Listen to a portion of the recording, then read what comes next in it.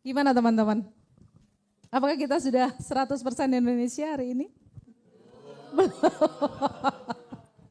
Apa yang membuat kita belum Indonesia?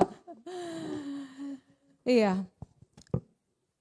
Setiap 17 Agustus selalu kita ada Pekik Merdeka.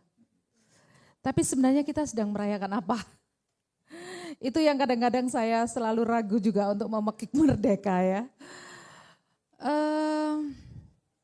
Saya kira seperti yang saya sampaikan, hari ini kita terbelah-belah oleh primordialisme yang mengarah kepada situasi yang negatif.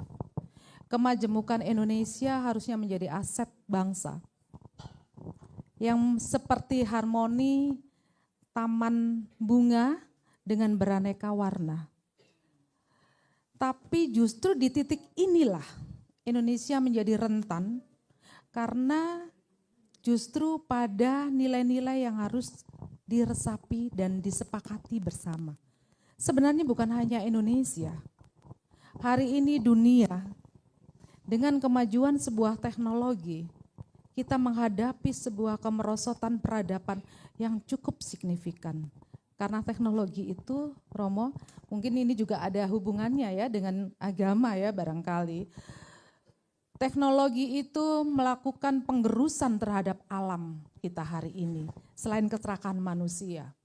Teknologi itu juga membawa pengangguran yang luar biasa. Teknologi membawa peperangan yang sungguh mengerikan. Teknologi membawa kemerosotan moral karena dari teknologi itu anak-anak kecil bisa mengakses gambar-gambar yang belum layaknya ditonton. Teknologi itu juga membawa dampak pemuda kita takut dengan tantangan karena semua sudah tersedia dengan nyaman. Di satu sisi teknologi membawa sebuah kemuliaan dan kemudahan bagi hidup, tapi teknologi juga bisa membawa kehancuran yang hari ini dirasakan secara global oleh dunia. Indonesia juga terkena dari dampak ini. Pengangguran di Indonesia semakin tinggi, kemiskinan semakin banyak, kekerasan kalau kita lihat televisi setiap sore, bayangkan anak-anak SD, anak-anak SMP, itu tidak lagi kenakalan sewajarnya anak-anak. Tapi mereka sudah mengarah pada kriminal yang sangat mengerikan. Pelecehan seksual di mana-mana. Lalu kita ngomong merdeka di mana? Dan sementara keyakinan sebagai basis utama supaya kita mampu menghadapi seluruh permasalahan ini tidak banyak memberikan manfaat, justru malah memberikan masalah konflik horizontal antar sesama manusia. Kasus 2 bulan terakhir, kasus di Sukabumi, kasus di Padang, kasus di Garut, kasus di Kediri, ini harus membuat keprihatinan kita semua dari para tokoh agama bahwa sebenarnya kita ini banyak berbusa-busa, berbicara mengenai spiritual dan ketuhanan, tetapi esensi dari nilai-nilai yang kita hayati selama ini itu ternyata belum ada.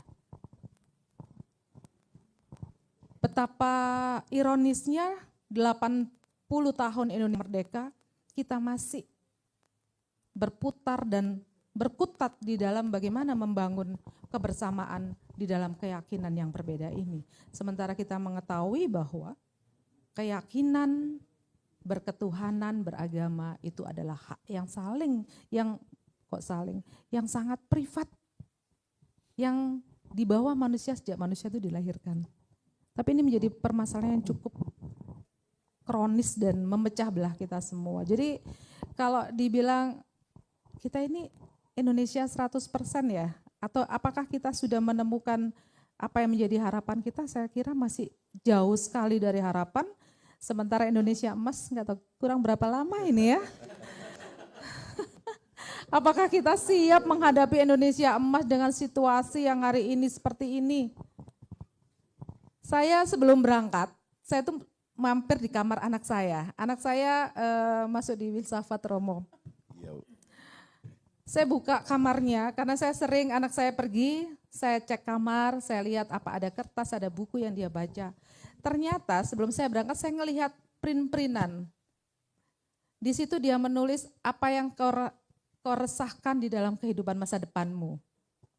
Dia menulis, saya resah apa yang akan saya dapatkan setelah lulus dengan pekerjaan. Apakah pekerjaan saya sesuai dengan apa yang saya cita-citakan? Kalaupun sesuai dengan yang saya cita-citakan, apakah mampu memberikan kehidupan yang layak bagi keluarga saya? Saya tuh lama membacanya, lalu apa harapanmu terhadap Indonesia gitu?